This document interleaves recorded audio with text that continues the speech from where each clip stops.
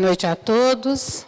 O nosso estudo do Evangelho segundo o Espiritismo desta noite é o capítulo 14, página 146, item 9, Instruções dos Espíritos, a ingratidão dos filhos e os laços de família.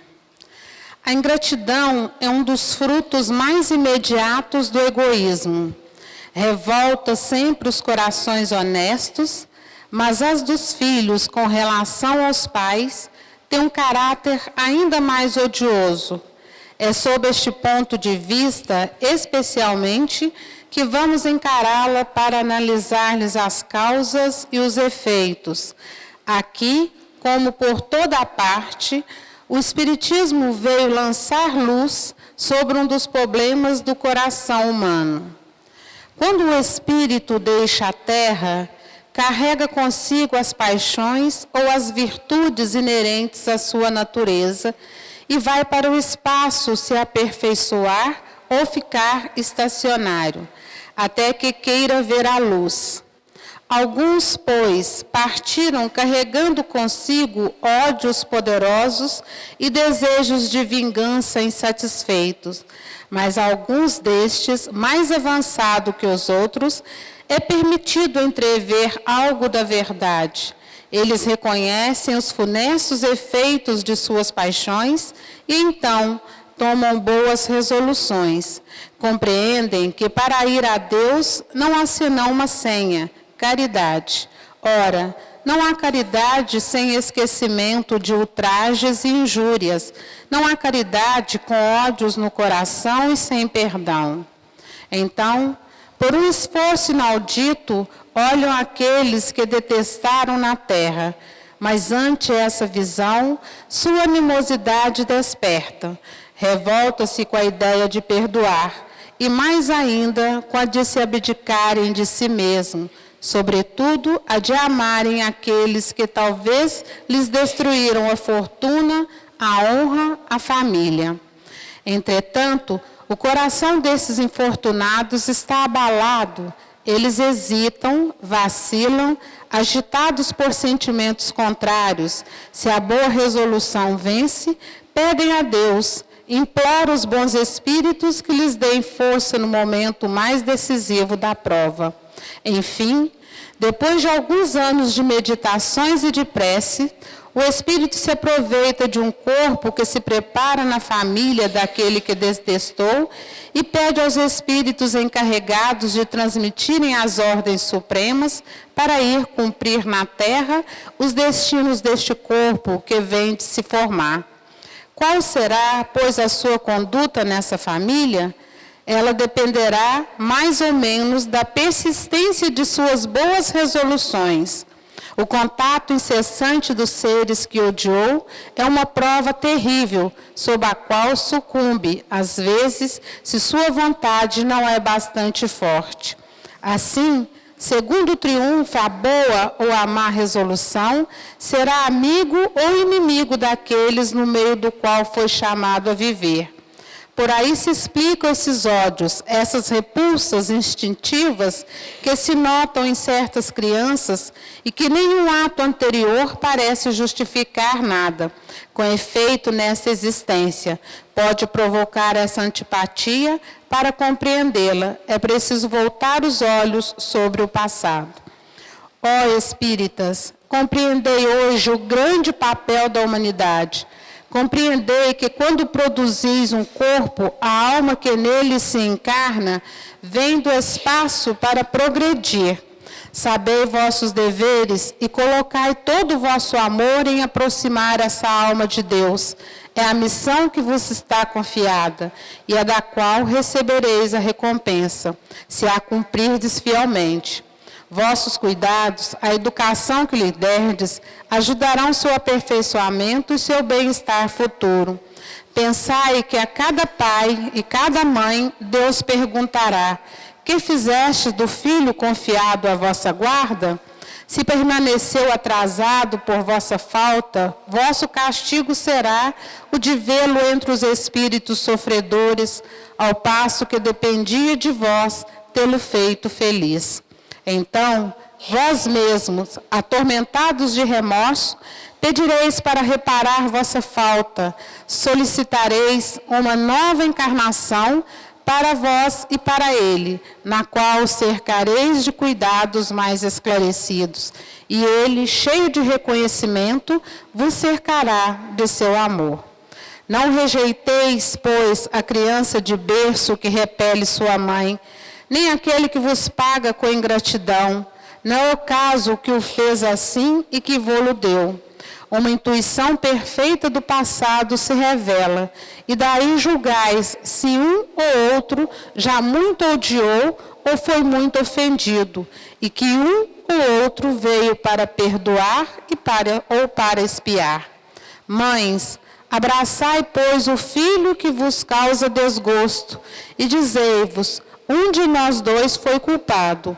Mereceis as alegrias divinas que Deus atribui à maternidade, ensinando a essa criança que ela está sobre a terra para se aperfeiçoar, amar e bendizer.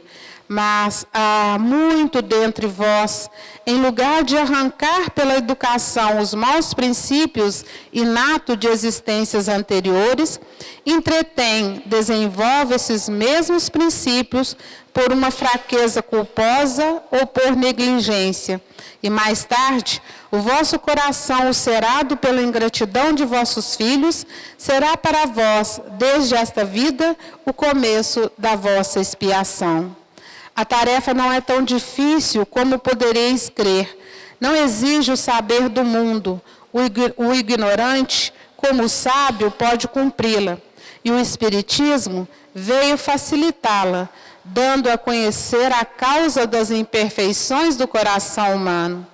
Desde o berço, a criança manifesta os instintos bons ou maus que trazem de sua existência anterior. É a estudá-los que é preciso se aplicar. Todos os males têm o seu princípio no egoísmo e no orgulho. Espreitais, pois, os menores sinais que revelam os germes desses vícios e empenhai-vos em combatê-los, sem esperar que lance raízes profundas. Fazei como um bom jardineiro, que arranca os maus brotos à medida que os vê despontar sobre a árvore. Se deixais se desenvolverem o egoísmo e o orgulho, não vos espanteis de ser mais tarde pagos pela ingratidão. Quando os pais fizeram tudo o que deviam para o adiantamento moral dos filhos, se não se saem bem, não tem censuras a se fazer, e sua consciência pode estar tranquila, mas ao desgosto muito natural que experimentam do insucesso de seus esforços. Deus reserva uma imensa consolação pela certeza que não é senão um atraso e que lhe será dado acabar em outra existência a obra começada nesta, e que um dia o filho ingrato os recompensará com amor. Deus não faz a prova acima das forças daquele que a pede. Não permite senão aquelas que podem ser cumpridas. Se não se triunfa, não é, pois, a possibilidade que falta, mas a vontade. Porque quantos há que, em lugar de resistir aos maus arrastamentos, neles se comprazem. A estes estão reservados os prantos e os gemidos em suas existências posteriores. Mas admirai a bondade de Deus, que nunca fecha a porta ao arrependimento. Chega um dia em que o culpado está cansado de sofrer, em que o seu orgulho está enfim domado, e é então que Deus abre seus braços paternais ao filho pródigo que se lhe lança aos pés. As fortes provas, entendei-me bem, são quase sempre o indício de um fim de sofrimento e de um aperfeiçoamento do espírito, quando são aceitas por amor a Deus. É um momento supremo, e nele, sobretudo, importa não falir murmurando, se não se quer perder-lhe o fruto de ter de recomeçar. Em lugar de vos lamentardes, agradeceis a Deus, que vos oferece a ocasião de vencer para vos dar o prêmio da vitória. Então, quando saídos do turbilhão do mundo, terrestre, entrardes no mundo dos espíritos, nele sereis aclamados como soldado que sai vitorioso do meio do combate. De todas as provas, as mais penosas são as que afetam o coração. Alguém suporta com coragem a miséria e as privações materiais, mas sucumbe ao peso dos desgostos domésticos, esmagado pela ingratidão dos seus. Oh, é uma pungente angústia essa, mas que pode melhorar. Nessa circunstância, revelar a coragem moral que o conhecimento das causas do mal e a certeza de que, se há extrema aflição, não há desesperos eternos, porque Deus não pode querer que a sua criatura sofra sempre. Que mais consolador, mais encorajador que esse pensamento de que depende só de si, de seus próprios esforços, abreviar o sofrimento, destruindo em si as causas do mal? Mas para isso é preciso não deter o olhar sobre a terra e não ver senão uma única existência. É preciso se elevar, planar no infinito do passado e do futuro. Então, a grande justiça de Deus se revela ao vosso olhar. E esperais com paciência, porque entendeis o que vos parecia monstruosidades na terra. As feridas que nela recebeis não vos parecem mais do que arranhões. Nesse golpe de vista, lançado sobre o conjunto, os laços de família aparecem sobre sua verdadeira luz. Não são mais os laços frágeis da matéria reunindo os membros, mas os laços duráveis do espírito que se perpetuam e se consolidam em se depurando, em lugar de se romperem pela reencarnação. Os espíritos que, à semelhança dos gostos, a identidade de progresso moral e a afeição levam a se reunirem, formam famílias. Estes mesmos espíritos, em suas migrações terrestres, se procuram para se agruparem como fazem no espaço. Daí nascem as famílias unidas e homogêneas, e se, em suas peregrinações, estão momentaneamente separados, reencontram-se mais tarde, felizes com os novos progressos.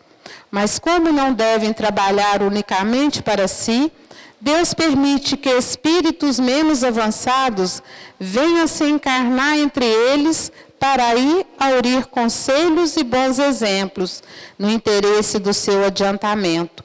Eles causam, por vezes, perturbações, mas aí está a prova, aí está a tarefa. Acolhei-os, pois, como irmãos. Vinde em sua ajuda, e mais tarde, no mundo dos espíritos, a família se felicitará de haver salvo do naufrágio os que, a seu turno, poderão salvá-la de outros. Santo Agostinho, Paris, 1862. Muito bom. Boa noite, pessoal. Foi fraco. Boa noite, pessoal. Fantástico. Gente, é um prazer estar aqui novamente, nessa noite de estudos, do qual compartilharemos, com certeza, informações que serão riquíssimas nesta mensagem que envolve a ingratidão aos pais. Uma boa noite também aos internautas que nos assistem. E como sabem, o estudo é interativo. Num primeiro momento, nós passaremos a palavra ao nosso companheiro Márcio, do qual aqui nós de antemão agradecemos a presença, e que fará comentários acerca dessa leitura tão extensa, mas de uma certa forma riquíssima em termos de detalhes e consequências morais. E de antemão ficaremos abertos a perguntas, porque o estudo é interativo, os nossos voluntários estão nos corredores. Aquele que quiser fazer uma pergunta, basta levantar a mão, ele vai levar a pranchetinha, faz a sua pergunta e encaminha a nossa. Se estiver dentro das nossas condições, nós iremos aqui dar alguns pitacos. Se não, nós iremos, com certeza, pesquisar e respondê-la em seguida. O Márcio, a palavra é contigo. Boa noite, pessoal. Que alegria, né? Mais uma vez na casa do Cristo, numa quarta-feira à noite, estudando o teu Evangelho, né? Todo mundo feliz, alguns já voltaram das férias, e nós estamos aqui. Essa lição, enquanto a Cristina estava lendo ali, eu já tinha lido ela em casa, e eu estava revendo aqui, eu estava vendo a importância dessa lição nas nossas vidas. Isso aqui é um texto para a gente ler várias vezes, isso aqui vale a pena a gente tirar um dia inteiro só para estudar, de preferência em grupo. Porque o conteúdo da lição de hoje é muito rico em informações e nos coloca, nos posiciona em relação a nós mesmos e em relação à nossa família, né? Enquanto filhos, enquanto pais. E a gente começa a pensar no nosso cotidiano, na nossa vida, né? Nós que enquanto jovens rebeldes, quantas vezes, né, verbalmente agredimos nossa mãe, nosso pai. Infelizmente tem uns que agridem até fisicamente, né? Até às vezes a mãe até idosa. E a gente começa a pensar na natureza dessas criaturas, a nossa natureza, né? Que nós também somos todos devedores da lei do Cristo. É por isso que nós estamos aqui, né? É por isso que nós estamos encarnados nesse planeta, que nada mais é do que uma escola, um hospital para almas delinquentes. Almas delinquentes. Todos nós somos devedores do passado, todos nós temos débitos a corrigir, temos algo a resgatar. E é por isso que estamos aqui hoje, mais uma vez encarnados num corpo de carne, buscando aí o nosso entendimento, o nosso aperfeiçoamento, né? A lição, ela nos remete lá no nosso íntimo, nos colocando como seres imortais, espíritos de Deus, divinos, né? Para quem não sabe, nós somos divinos, filhos de Deus, nós somos divinos. Só que nós desconhecemos essa informação. A gente não se vê como esse ser divino que nós somos, porque nós ainda estamos trabalhando os nossos vícios pequenos, os nossos vícios escuros, obscuros, né? Nós estamos muito apegados ainda à vaidade, ao orgulho, né? Ao egoísmo. E a gente age, às vezes, pensando que a minha maneira de pensar, a minha maneira de agir, o que eu penso, o que eu quero, é que vale a pena. A gente não para ver o lado do outro, o que o outro pensa, o que o outro sente, né? E a gente acha que enquanto somos crianças, acha que pai é perfeito. Quando nós crescemos, nós já começamos a achar que eles não sabem de nada, que nós é que sabemos de tudo. Não é assim que a gente age? E a gente vai tropeçando nas coisas, tropeçando na vida, tropeçando em nós mesmos e cometendo erros em cima de erros. E a lição nos remete à responsabilidade enquanto filhos, em primeiro momento, né? Da nossa responsabilidade de ver nesse ser que me proporcionou a volta ao mundo, para que eu pudesse sair daquelas zonas negativas e de sofrimento onde eu me encontrava no mundo espiritual, e me desse uma oportunidade de voltar à carne, para que eu possa começar a resgatar e a corrigir-me, para quando voltar a atingir planos mais felizes. E a gente fica meio que perdido nessa situação, porque a gente não lembra, né? A gente não lembra. A gente não lembra porque Deus acha que assim é melhor. Porque vamos parar e pensar. Nós hoje, nós temos aqui idades variadas, né? Nós temos aqui desde jovens, adolescentes, até pessoas mais idosas. Eu estou lá nos jovens ainda. Mas quem de nós já não tem problemas no passado, já fez alguma coisa nessa atual existência, que nós já nos arrependemos e falamos assim, nossa, eu não gostaria nem de lembrar. Imagina nós lembrarmos de todos os erros, de todas as maldades, todos os horrores que nós já causamos em vidas passadas. Porque nós já causamos, podem acreditar. A criança já ia nascer depressiva, o médico não ia precisar nem bater, a criança já ia nascer chorando de depressão, de arrependimento daquilo que veio.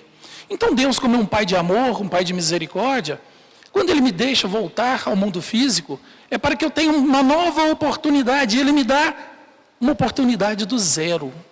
Ele apaga de mim tudo aquilo que eu já vivi, as lembranças. Mas Tudo aquilo que eu já conquistei de virtude e conhecimento, aquilo eu vou carregar, aquilo vira patrimônio meu. E a minha condição moral não muda. Eu não vou mudar moralmente. Eu não vou mudar como ser imortal que eu sou de uma existência para outra. Não existe pulos na evolução. Eu vou continuar dando sequência ao que eu já era.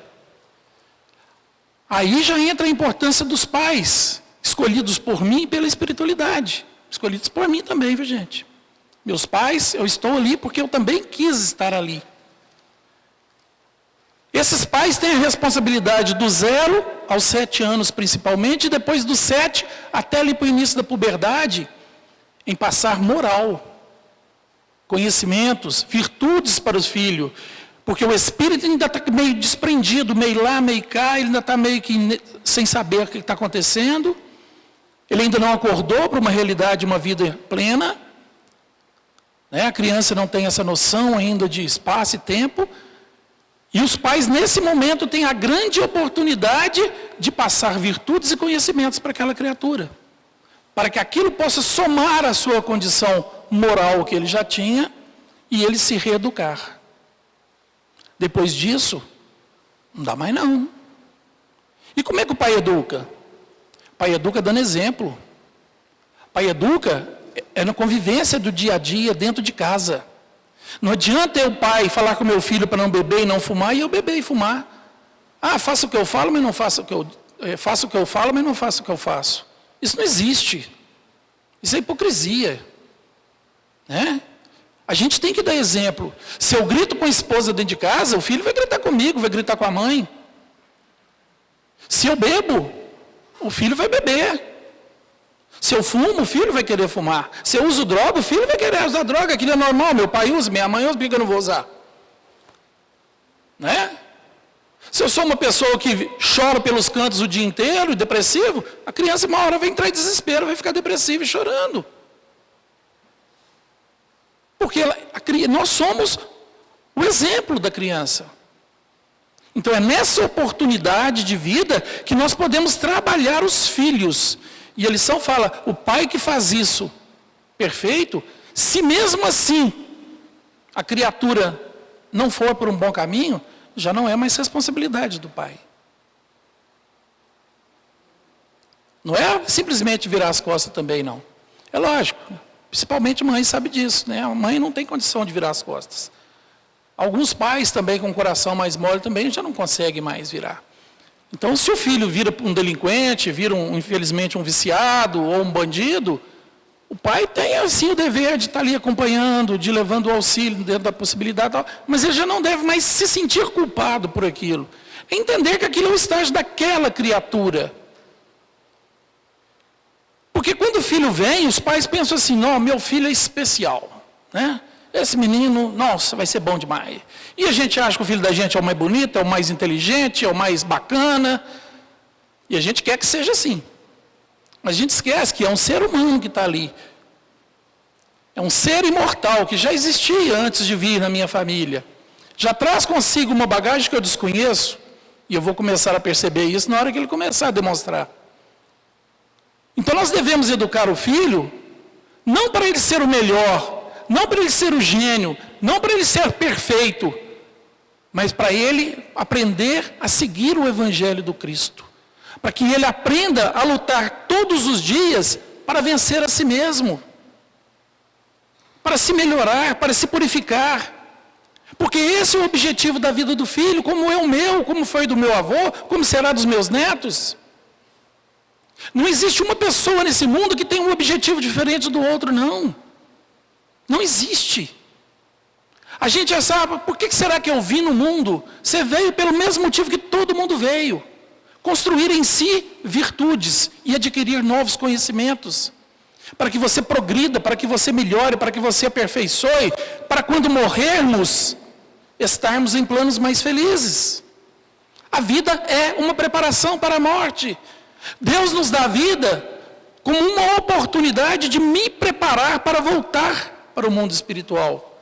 Esse é o motivo de nós estarmos aqui. Não existe outro. Eu não vim aqui para ser o salvador da pátria. O meu esforço e o meu trabalho pode fazer de mim um salvador da pátria? Pode.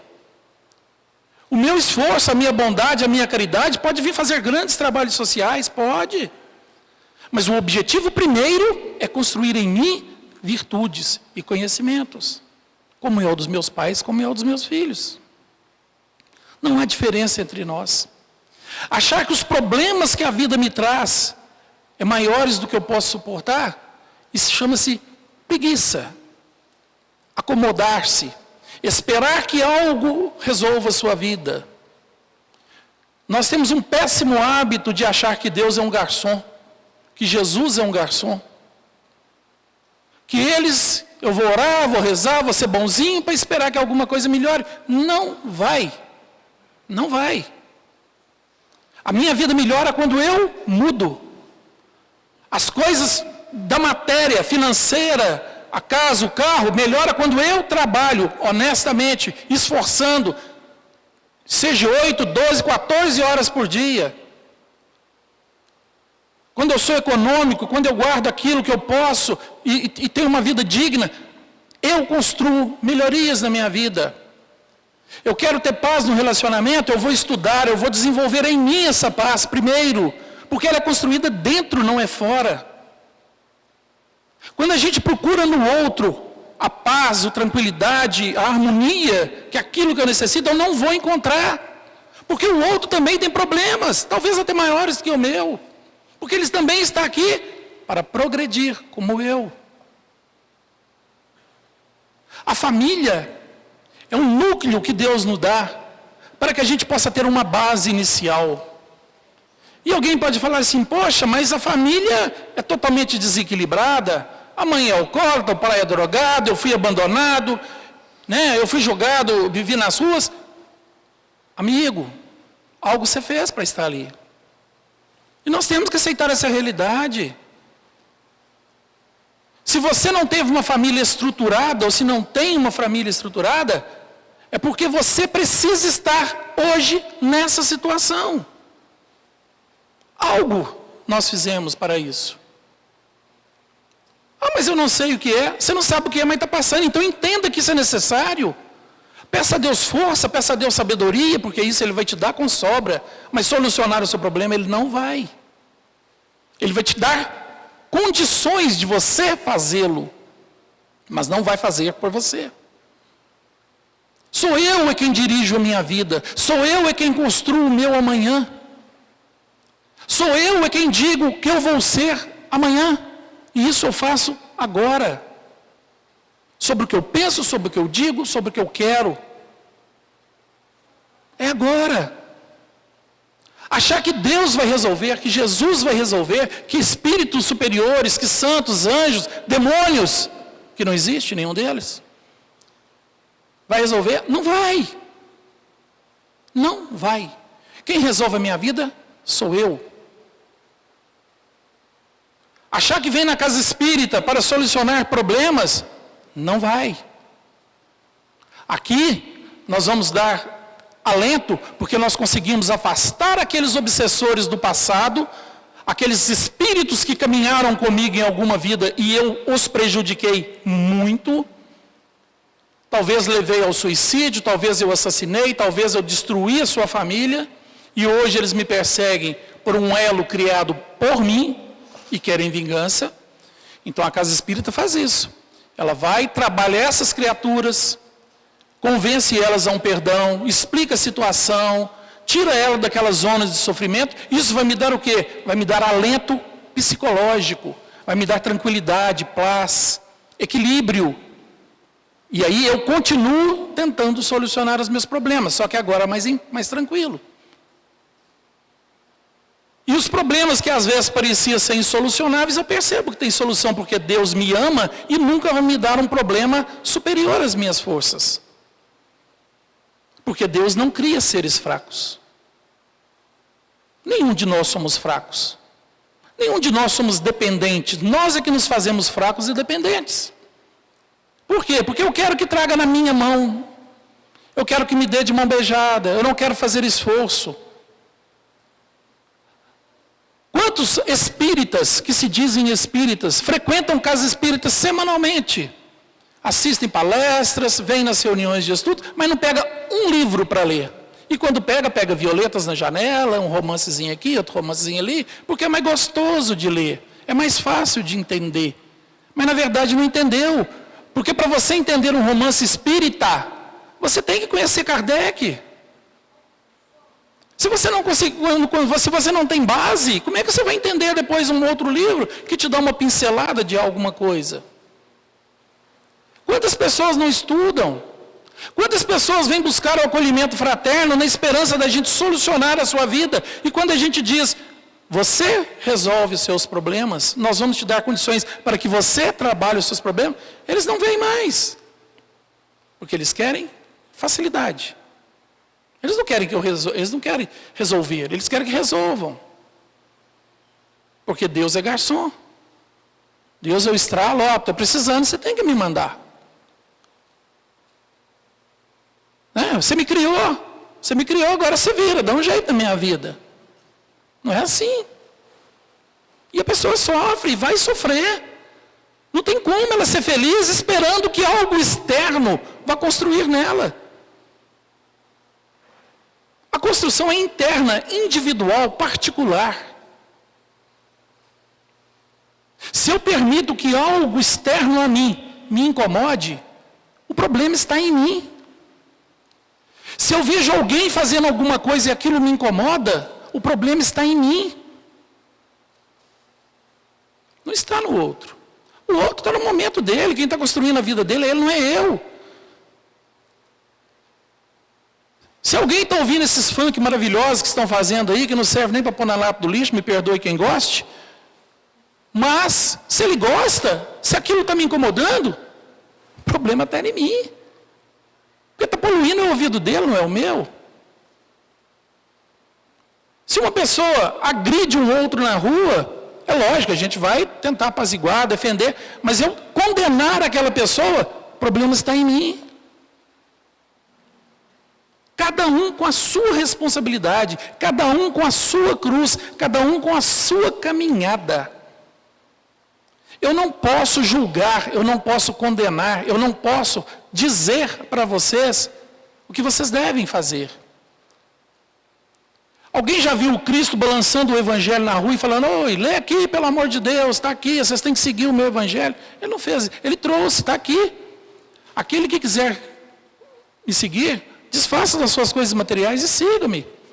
Jesus não está mandando eu vender minha casa, os meus bens e deixar minha família ao léu para poder sair pregando. Ele não está falando isso. Ele está falando o seguinte, dê mais valor às coisas divinas, às coisas eternas, às coisas imortais, que é a sua construção de um ser melhor para o amanhã. E deixe as coisas terrenas no mundo, porque onde elas vão ficar? Eu não vou levar comigo. Acho que tá bom, né?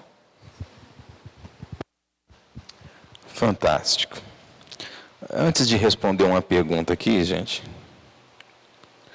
esse tema é um tema assim muito íntimo, porque nos remonta a pai e mãe, que é um sentimento que transborda qualquer peculiaridade do Instituto Amor.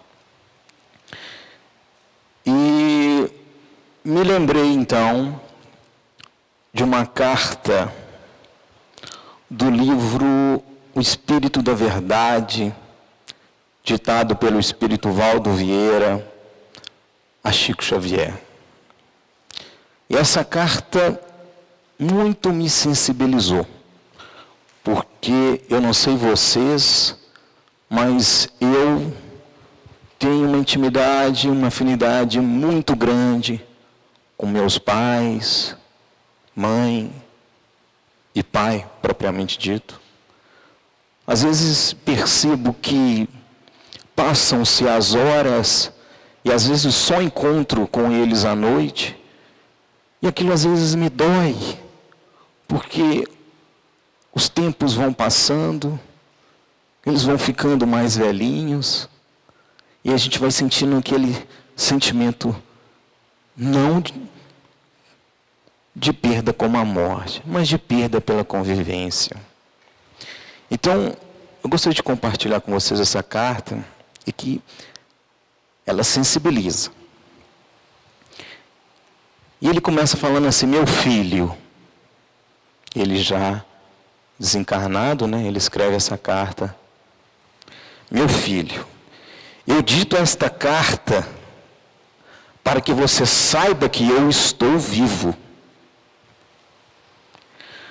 Quando você me estendeu a taça envenenada que me liquidou a existência, eu não pensava nisso. Nem você, nem eu. A ideia da morte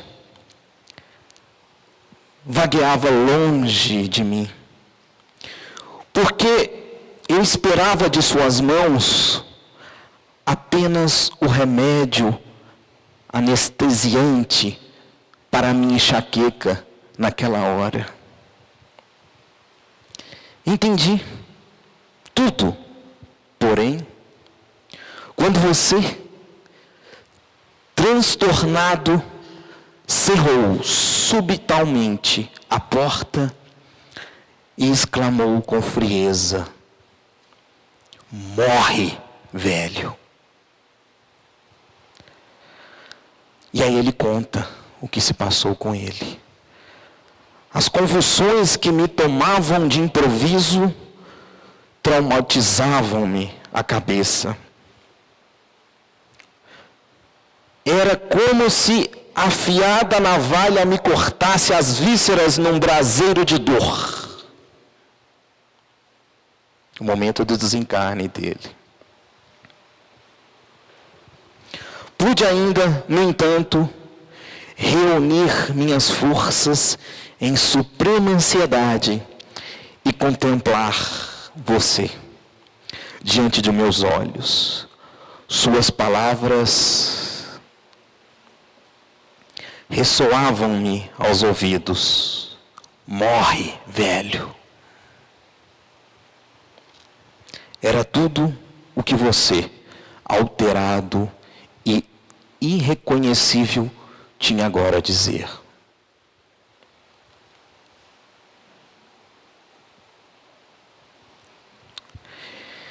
Entretanto, o amor em minha alma era o mesmo. Aí ele vai tocar o filho. Aí ele diz: tornei a noite recuada quando o afoguei pela primeira vez, quando sua mãozinha dormia extenuado. Aí ele remonta o filho à infância, quando o filho ainda inocente, ele lembrando daquela criança. Pequenino em tempo de encontro ao meu peito, senti em você meu próprio coração a vagir nos braços. E as recordações desfilaram sucessivamente. Você, qual passarinho contente a abrigar-se em meu colo. O álbum de fotografias em que a sua imagem apresentava desenvolvimento gradativo em todas as posições, as festas de aniversário e os bolos coloridos enfeitados de vela, que seus lábios miúdos apagavam sempre numa explosão de alegria. Rememorei nossa velha casa, a princípio humilde e pobre, que o meu suor convertera em larga habitação, rica e farta. Não dito esta carta, meu filho, para acusá-lo. Nem de leve me passou pelo pensamento, a propósito de anunciar-lhe o nome de quem seja essas duas pessoas. Não venho falar assim unicamente a você, porque seu erro é o meu igualmente. Falo também a outros pais, companheiros meus de esperança, para que se precatem contra o demônio do ouro desnecessário, porque todo ouro desnecessário, quando não busca o conselho da caridade, é tentação à loucura. Há quem diga que somente as mãos sabem amar. E, realmente, o regaço materno é uma bênção do paraíso. Entretanto, meu filho, os pais também amam.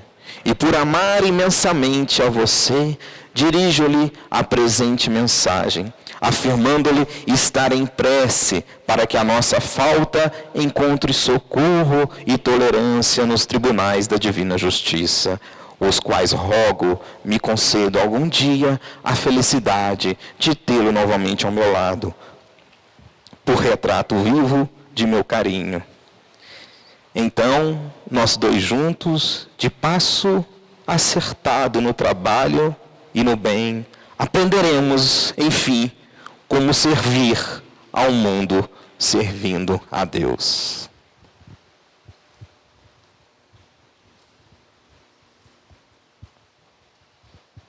Então está aí um testemunho da ingratidão na pele. Vamos a uma pergunta aqui que já nos chega. Ela começa assim: é interessante que percebemos que as famílias de espíritos afins são raras. Por que isso? Será que tem relação com o mundo de provas e expiações? Mas não seria um paradoxo, tendo em vista que a tendência é o progresso?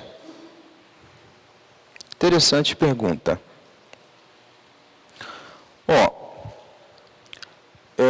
Eu creio que creio que sim, tem a relação com o fato de ainda estarmos em um mundo de provas e expiações. Onde a grande característica desse mundo de provas e expiações, infelizmente ou felizmente, é a nossa falência. A nossa falência em relação ao orgulho, ao egoísmo, que ainda imperam entre a nossa vaidade, como em todo os vícios em gerais. Mas vamos lá, eu não vejo, sobretudo, como um progresso esse mundo de provas e expiações. E aí eu justifico. Por quê? Porque se observarmos, nós estamos em um processo de transição de um mundo de provas e expiações para o que Kardec chama de mundo de regenerações. Bom, então, o mundo de provas e expiações é onde o mal ainda impera. Tudo bem. Então, muitos espíritos estão recebendo novas chances nesse período de transição. Então, às vezes, o que parece uma volta à barbárie, na verdade, eu diria que é um beneficiamento para os espíritos ainda endurecidos de tentarem resgatar algo, ainda mais com aqueles que lhes são afins e que lhe amam, né? Então, a princípio, parece que tudo fica de pernas para o ar. Mas também é preciso avaliarmos que, para a mídia, divulgar o que é chocante é algo valioso. Dá, logicamente, publicidade. Então, como o próprio Evangelho segundo o Espiritismo nos remonta, que o mal, quando faz mais escândalo, mais aparece. E mais pensamos que está tudo descontrolado. Não é? Quer dizer, que está fora de ordem. Mas eu pergunto, será que seria essa a realidade dentro da maioria dos lares? Não é? Então, não. Nós precisamos ter uma visão mais ampla para podermos avaliarmos, sobretudo, essa perspectiva. Mas eu diria que esse assunto ele é um tanto polêmico em nossa sociedade atual, Porque, por exemplo, onde nós vemos jovens tirando a vida, às vezes, de seus próprios pais, né, movido, às vezes, por razões torpes, ou seja, completamente razões, às vezes, injustificáveis. E que nos realmente assusta e nos leva a fazermos questionamentos mais profundos sobre esses laços que uniram os espíritos e que se envolveram em tramas como esse que eu ditei no início da minha fala. Então, os espíritos como um todo, eles têm sim a permissão de reencarnar. Eles trazem consigo, como bem dito pelo Márcio, uma bagagem de suas vivências pregressas. E nesta carga, vamos dizer assim, nós encontramos revoltas, encontramos vícios, encontramos paixões, mas, sobretudo, encontramos também virtudes. E os espíritos vêm alertar sobre a perspectiva da doutrina espírita, alertar aos pais que quando nós geramos um filho, encarna neste corpo uma alma, com todos esses adjetivos que nós citamos anteriormente, mas com um objetivo de evoluir. Então cabe aos pais encaminhar os filhos no serviço do bem, naquele sentido de aproximar dele dos preceitos divinos, né? Sobretudo sob a perspectiva de tornar a criança responsável e honesta. Bom, isso não é, sobretudo, uma garantia de forma alguma para o sucesso. Nem aqui estamos querendo incluir nos pais a total responsabilidade pelas atitudes de seus filhos. Porém, muitas vezes, o que nós analisamos nesses casos são realmente cases de ingratidão. Não é? E essas ingratidões, elas às vezes são alimentadas por falta de amor, por falta de disciplina, por excesso de rigidez, sobretudo excesso de rigidez com ausência de diálogo e outros fatores que nascem da decorrência do fator educação no lar. Né? Então, eu diria que é importante que essa disciplina inicie a partir dos primeiros passos. Pois é desde pequenininho, né, desde a tenra idade, que eles, as crianças, elas já revelam-nos as vicissitudes, os sofrimentos das existências passadas. Então são as crianças, como todo, elas são cheias de vontades próprias, de hábitos, ou vícios realmente, que não encontram, sobretudo, respaldo na atual existência. Então, quantas vezes já nós nos surpreendemos quando nós deparamos com a atitude dos bebês ao qual nós pensamos que ainda estão adormecidos na matéria, né?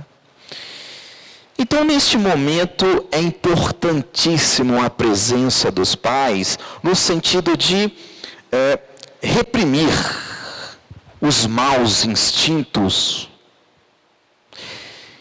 e, do outro lado, estimulá-los aos bons.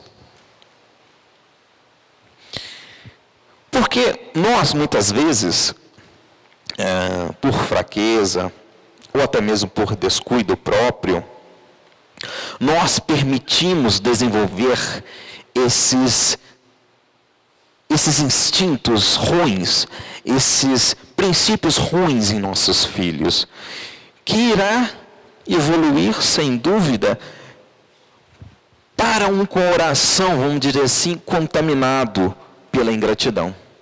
aí surgindo aquele sentimento de ingratidão pelos pais. Então, só para frisar, a responsabilidade da educação é realmente muito grande.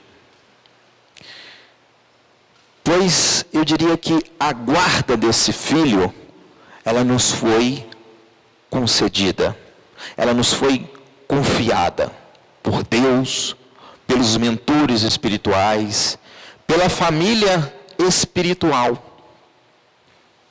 E tenhamos certeza, essa confiança ela não foi dada em fartos para pesar ombros fracos, não. Mas como nós todos aqui sabemos, existe um fator nisso que chama livre-arbítrio. Então pode acontecer que, apesar de todo o esforço que nós empreendemos para o crescimento moral desse filho, às vezes não tenhamos êxito, não logramos êxito. E aí? Ainda assim, se fizemos aquilo que estava ao nosso alcance, teremos então que permanecer com a consciência tranquila. É isso que Kardec nos chama a atenção quando ele diz da responsabilidade e do fracasso dos pais. Então, finalizando aqui, a família espiritual, ela se forma através da afinidade.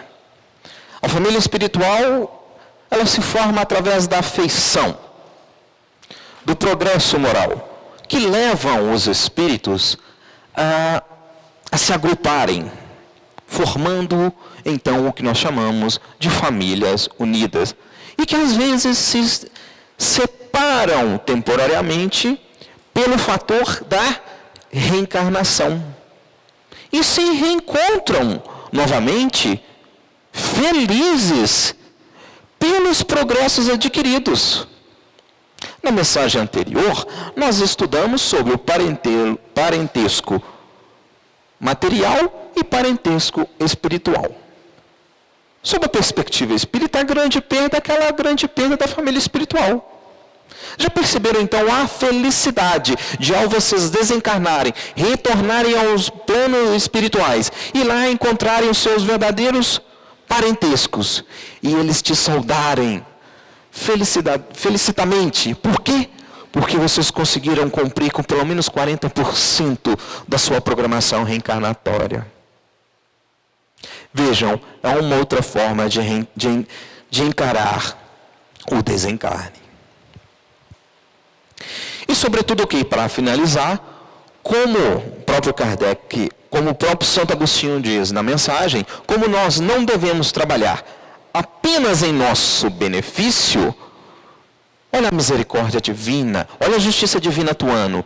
Deus nos permite que reencarnamos entre essas famílias de espíritos menos adiantados. Para quê? Para que possamos receber